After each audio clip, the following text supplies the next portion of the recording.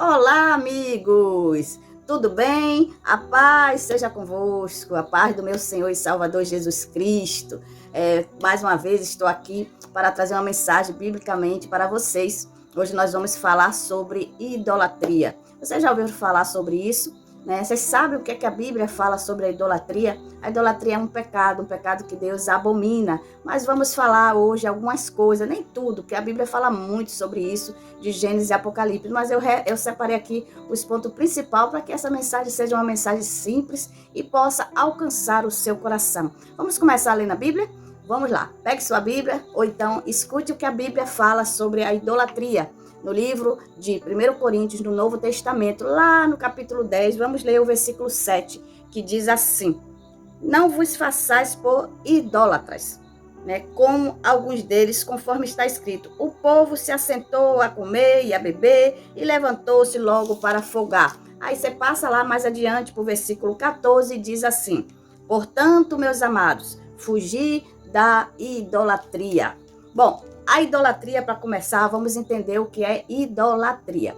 A idolatria é tudo que você pode botar no lugar de Deus, que você substitui Deus para adorar. Aí Deus chama isso de idolatria e ele abomina. Por quê? Porque ele nos criou para o adorar, nos criou para a sua glória. E a partir do momento que você deixa de adorar Deus e passa a adorar outra coisa, você se torna diante de Deus um idólatra, porque você não está o adorando, deixando de o adorar e substituindo por outra coisa, outra pessoa, algo mais importante para você do que o seu Criador, o Deus que te criou, te formou, e te colocou na vida. Então, isso é uma idolatria. Quando você deixa de fazer isso, você preenche aquele espaço dentro de você, que deveria ser de Deus, e você coloca outra coisa no lugar.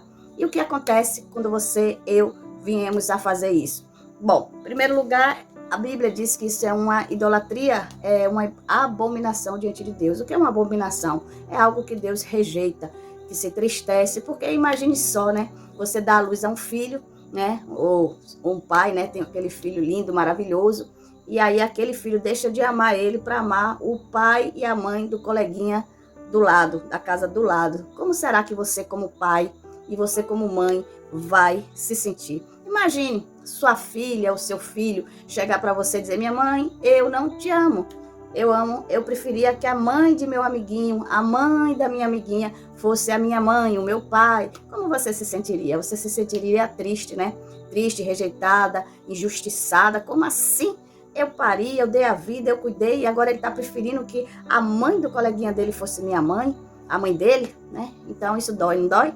Pois é, assim também Deus se sente. Muitas vezes a gente coloca outras coisas no lugar de Deus. Eu separei algumas coisas aqui. Jesus falou o seguinte, lá em Mateus 22:37. Amarás o Senhor teu Deus de todo o teu coração, de todo o teu entendimento, de todas as suas forças e de todo o teu pensamento.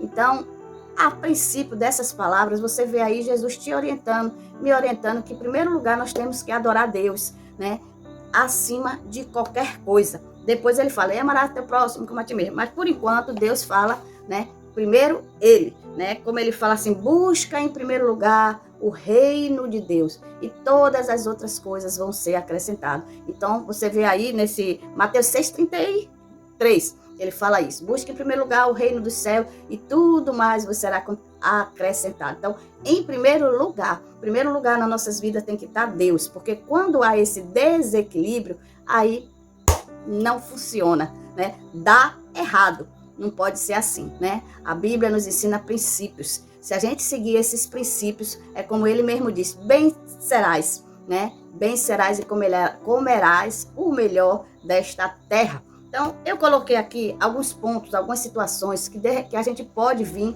a colocar em primeiro lugar na nossa vida, Em primeiro lugar, eu botei aqui o amor ao dinheiro. Às vezes você ama muito mais o dinheiro do que a Deus, o poder, Você que eu falo, não você, meu ouvinte, eu estou falando ser humano em geral, Existem pessoas que amam mais ao dinheiro do que a Deus, ao poder do que a Deus, e colocam isso em primeiro lugar, E Jesus disse que o amor ao dinheiro é a raiz de todo mal. Por quê? né? Você pode ver isso depois lá na sua Bíblia ou agora. Está lá registrado em 1 Timóteo, capítulo 6, versículo 10, Jesus falando isso. O amor ao dinheiro é a raiz de todo mal. Por quê? Por amor ao dinheiro, as pessoas matam e morrem. Sequestram, violentam, né? Assaltam bancos. Por quê? Porque amam o dinheiro.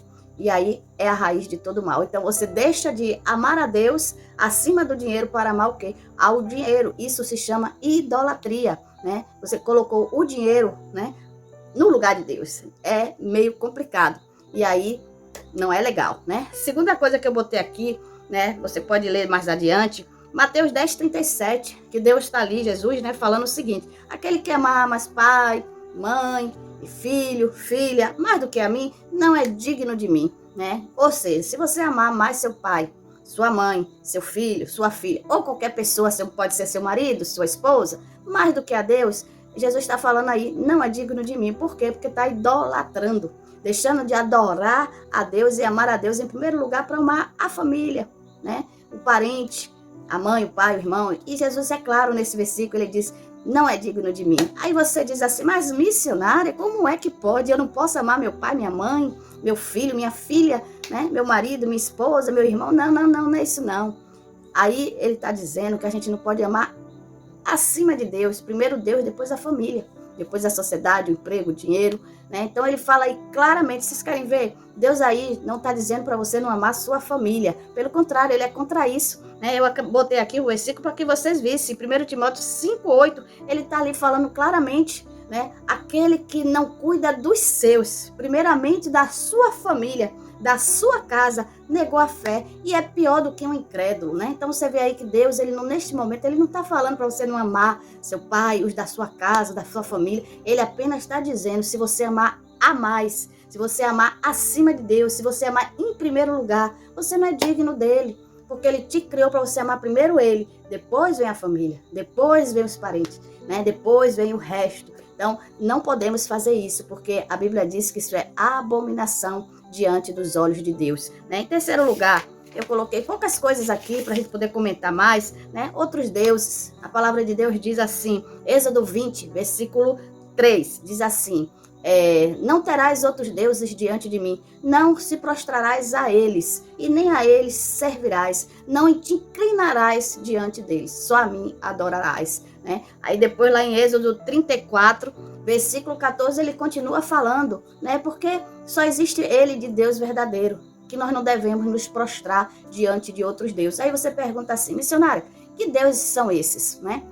Bom, a Bíblia fala de vários deuses, né? Deuses de esculturas, deuses que você pode colocar no lugar de Deus, né? Como eu já falei, dinheiro, família, mas tem outras coisas, às vezes um pequeno objeto, um celular, né? Uma arte, um trabalho, né? Um carro, coisas, pessoas, não importa. O importante é que a gente não pode idolatrar mais a coisa do que o Criador, mais as pessoas do que o Criador. Tudo que você coloca, e eu, no lugar de Deus, Deus vê isso como idolatria, e ele não se satisfaz, ele se entristece. Sabe o que ele faz? Ele fica à parte, vai embora, né? Não ouve nossas orações, não nos ajuda, não porque ele é vingativo, não porque ele nos esquece, não, nada disso. É simplesmente pelo fato que você faz uma escolha, né? Ou você serve a Deus, ou você adora a Deus, ou você coloca ele no lugar certo, no trono dele, ou você vai colocar ele para trás, deixar de lado e vai colocar outras coisas no lugar. E aí ele respeita porque ele é educado, ele não quer que você o adore, que você sirva a ele, obrigado, né? Pensando, porque não tem opção, porque ele é um Deus carrasco, e se você não fizer a vontade dele, aí ele vai te abandonar. Não, simplesmente ele é educado. Ele não quer que ninguém, né, o adore, o sirva, o siga, né, que cumpra os seus princípios. Obrigado. Né? Ele lhe dá a opção de você ser livre, para você fazer a sua escolha. Josué, né, um dos personagens bíblicos do Velho Testamento, ele escolheu servir a Deus e conquistou vários reinos, várias nações para o povo de Israel. Ele foi o sucessor de Moisés. Depois que Moisés morreu, ele deu continuidade às conquistas das terras que Deus tinha prometido ao povo de Israel. Chegou um momento que o povo não queria mais servir a Deus, mesmo sabendo que ele tinha sido usado, né, Moisés e ele, por Deus para tirar o povo do Egito, fez tantos milagres e maravilhas, o povo resolveu não seguir mais a Deus. E Josué se aborreceu, convocou o povo e disse, olha, peraí, vamos fazer um negócio, né? Vamos fazer uma coisa. Vocês vão agora escolher a quem sirvais, se é os deuses dos povos pagãos ou se é o nosso Deus que nos tirou da terra do Egito. Eu e a minha casa servirei ao Senhor. Vocês podem ver isso no livro de Josué, lá no Velho Testamento. Deixa eu ver aqui o versículo, Josué 24:15, né? Ele falando isso, porque tem uma hora que nós precisamos decidir de que lado nós estamos, porque Deus, ele odeia a idolatria, né? A gente precisa confiar em Deus acima de qualquer coisa, não confiar no homem. A nossa libertação, a nossa vitória, a nossa conquista vem das mãos de Deus, porque se Deus não agir, não vai adiantar nada. Não adianta o homem botar a fé dele em coisas que não vai ter solução, ainda que pareça ser justo, ainda que pareça que tem esforço, não adianta. Primeiro Deus, e Deus vai usar o que ele quiser para te ajudar, me ajudar, ajudar a nossa família, né? A resolver um grave problema. Primeiro Deus, nós temos que clamar a ele, porque se ele não agir, nada vai poder resolver, né? Não adianta você querer botar sua força, né, em pessoas, sua fé no dinheiro. Eu tenho agora dinheiro e agora vai ser tudo legal, né? Uma vez Jesus contou um exemplo que ele disse assim, um homem muito rico juntou, trabalhou muito, e quando chegou a uma certa idade ele disse, já tenho bastante, agora eu vou construir um celeiro e vou colocar tudo lá, meu trigo, meu arroz, né, meu mantimento, e vou folgar o resto da minha vida, vou desfrutar, porque agora eu estou rico. Aí Jesus disse assim, louco ele está, porque ainda hoje, esta noite, vão pedir a alma dele. O que ele tem para dar em troca?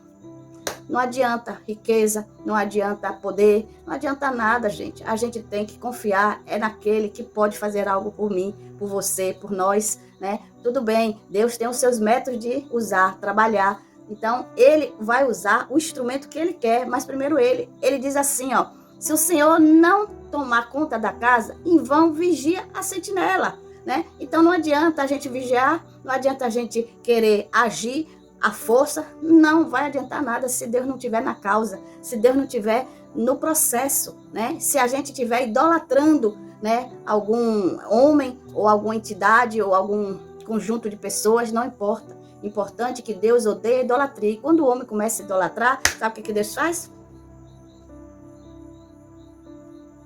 Sai de cena, né? Nessa pequena demonstração que eu fiz, ficou o espelho ali, eu não saí tanto de cena assim, mas Deus sai de cena. Querem o dinheiro? Querem o poder? Não querem me ajudar não? Estão achando que a solução está no poder? De A e de B? Está no dinheiro? Está na família? Então eu, saio de cena. Mas se você quiser, se eu quiser, se nós clamarmos, né, como a palavra de Deus fala, né, clama a mim e te responderei coisas grandes e novas que tu não sabes, né? Se o meu povo que se chama pelo meu nome clamar e buscar, né, se arrepender dos seus maus caminhos, eu ouvirei do céu e responderei, sararei a sua terra. Então precisamos botar Deus na causa, precisamos clamar ao Deus vivos, né? Vamos deixar de tanta idolatria, né? A vida não é de idólatras, a vida é de vencedor, aquele vencedor onde Deus procura os verdadeiros adoradores que o adoram em espírito e verdade. Então vamos clamar, meu povo, ao Deus Todo-Poderoso, que Ele é o único que pode agir nas nossas vidas, nas nossas causas, né? Ele é o único que pode. Agora, o instrumento que Ele vai usar, a Ele pertence, amém? Então, eu espero que eu tenha ajudado a você a entender o que é uma idolatria diante de Deus. Deus abomina, Deus rejeita. Então vamos adorar e buscar aquele que é poderoso para fazer muito mais do que a gente pede, que a gente pensa, que a gente deseja, que a gente sonha, né? E vamos deixar a idolatria de lado, né? Termino este vídeo dizendo, busca em primeiro lugar o reino de Deus e todas as outras coisas vos serão acrescentadas, amém? Deus te abençoe, né? Deus te abençoe, Deus te guarde, né? A você, a sua casa, a sua família e te dê vitória, em nome de Jesus, amém? Um grande abraço e até o próximo vídeo. Dá um joinha aí e compartilha, amém? Tchau, gente!